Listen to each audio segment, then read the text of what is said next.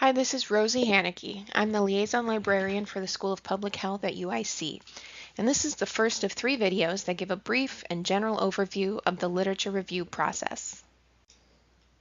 In this video, we're going to talk about planning and organizing your review, from choosing databases and finding search terms to applications that I recommend for keeping things organized. So first, let's talk about what your goals are when conducting a literature review. You may have heard the term the scholarly conversation. If not, this is the idea that all of the scholars, researchers, authors who write about a given topic are in conversation with each other. They reply to each other's publications, build on each other's work, and they cite each other back and forth. So we call that the scholarly conversation. Your goal with the literature review is to collect that scholarly conversation that's happening around your topic and then synthesize it, put it all together for your reader. On a practical level, when you conduct a literature review as the first part of a greater research project, you also want to learn from the research that's come before you so you're not reinventing the wheel. Basically, you're putting your work in context. You're saying, here's what we know, and here's what we don't know. Here are the gaps. Before you start searching, make sure your topic is clearly defined in your head. Now, that may be one very specific research question you're trying to answer, or it may be that you're interested in reviewing the literature from 3 or 4 different subject areas or themes that you see as influencing your topic. Either way, I would recommend that you start by sitting down and writing out your research topic in very simple, plain terms if you haven't already done so. So that'll help you define and make sure you know exactly what it is you're looking for with your literature search. Now let's talk about searching for information once you've clarified your topic. Remember that your goal with your review is to get a lay of the land or a complete and thorough picture of the literature that exists on your research topic. To get that complete picture and make sure you found the essential readings, you want to cast a wide net with your search. The way you do that is by searching multiple databases because different journals are indexed in different places. You'll also cast a wide net by using multiple search terms combined together.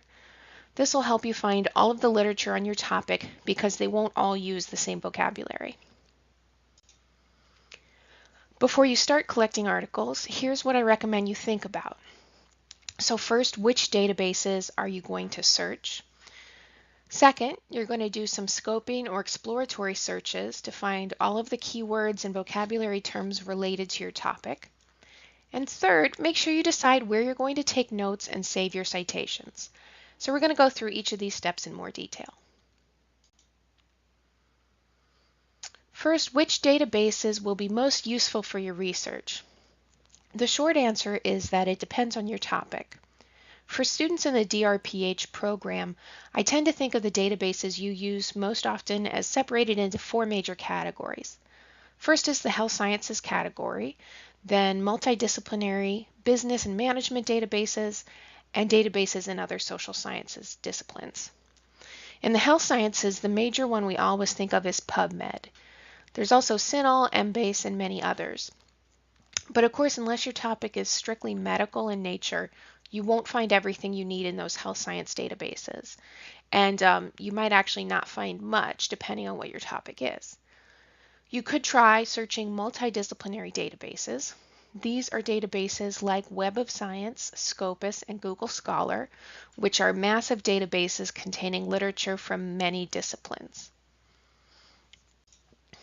To search more in a smaller collection of articles, if your topic has anything to do with project management, organizational change, leadership, marketing, etc., I would definitely recommend that you look into our business databases. We're going to take a look at this first one, Business Source Premier, in our next video. And then finally, depending on your topic, you might want to look at a disciplinary database in another social science field. If you're studying continuing education programs, for example, maybe you'll look in ERIC, the education database. Here's the library website. You can find it at library.uic.edu or just Google search UIC Library and you should find it. If you know the name of the database you want to search in, You can click that databases link circled here in green in the center of your screen to find hundreds of library databases listed alphabetically. If you aren't sure which databases might be best for your topic, click on the second green circle, Subject and Course Guides, and then choose a subject, such as public health or business. Those subject guides are basically websites where the subject liaison librarians have organized lists of recommended article databases for that subject. You can also email me directly to ask what databases I'd recommend for your particular topic. Before you start collecting articles, spend some time searching around in a database to try and find additional terms to use in your search. Remember that the words you're using to describe your topic might not be what's used in the literature. Or you might be thinking of your topic in terms of very broad categories, and your searches might turn up more specific terms within that category that would also be helpful to your search. So you'll do a quick exploratory search and then look through your results to pull out terms. You'll look in the titles and abstracts of article results as well as in the controlled vocabulary. Controlled vocabulary terms are official keywords used by a database to tag the major concepts in an article. Let's look at an example. Here's my research question. I'm going to start by pulling out a few simple search terms and plugging them into PubMed. Notice that instead of searching the word teens, I'm searching teen with an asterisk. This tells the database to find teens, teenagers, teenaged, and so on.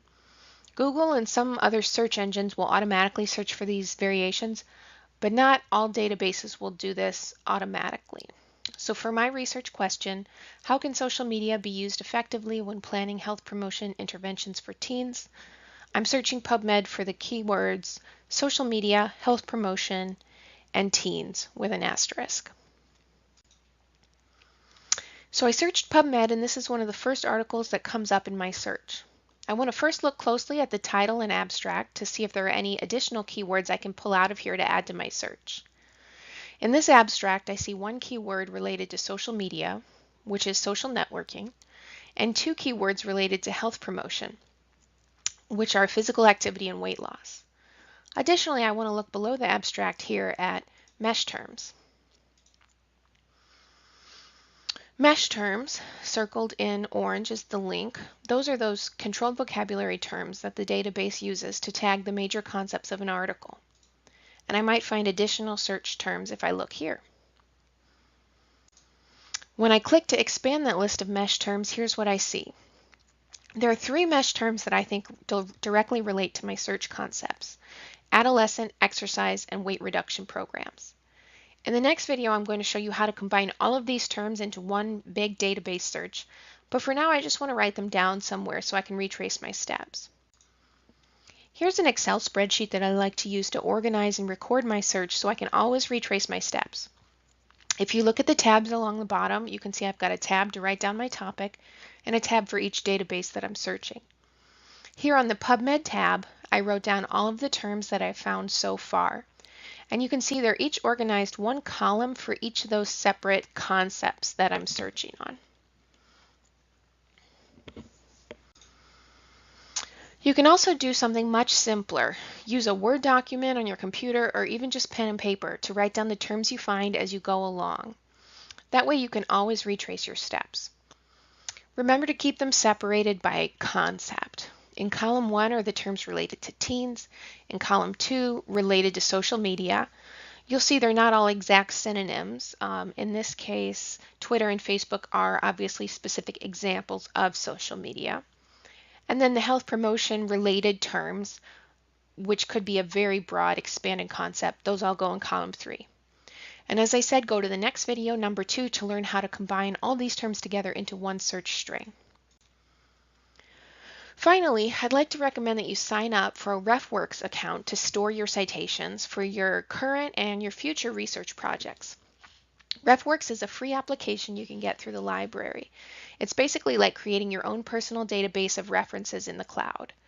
This way you can access your references from any computer. You don't have to try and remember where you saved something or email yourself links. And then you can organize your references into folders.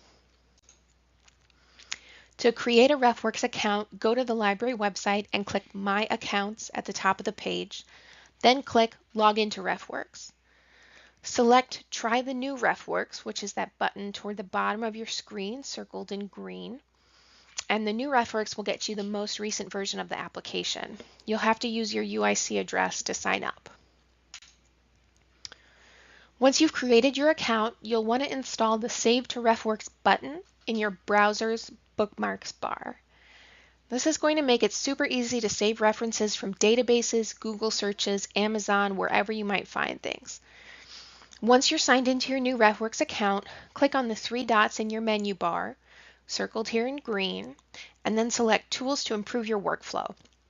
Then you'll just follow the instructions to install the Save to RefWorks button. I'll show you how to use that button in the next video. Here's my contact information. Let me know if you have questions, and you can now proceed to the next video, Literature Reviews Stage 2 Database Searching.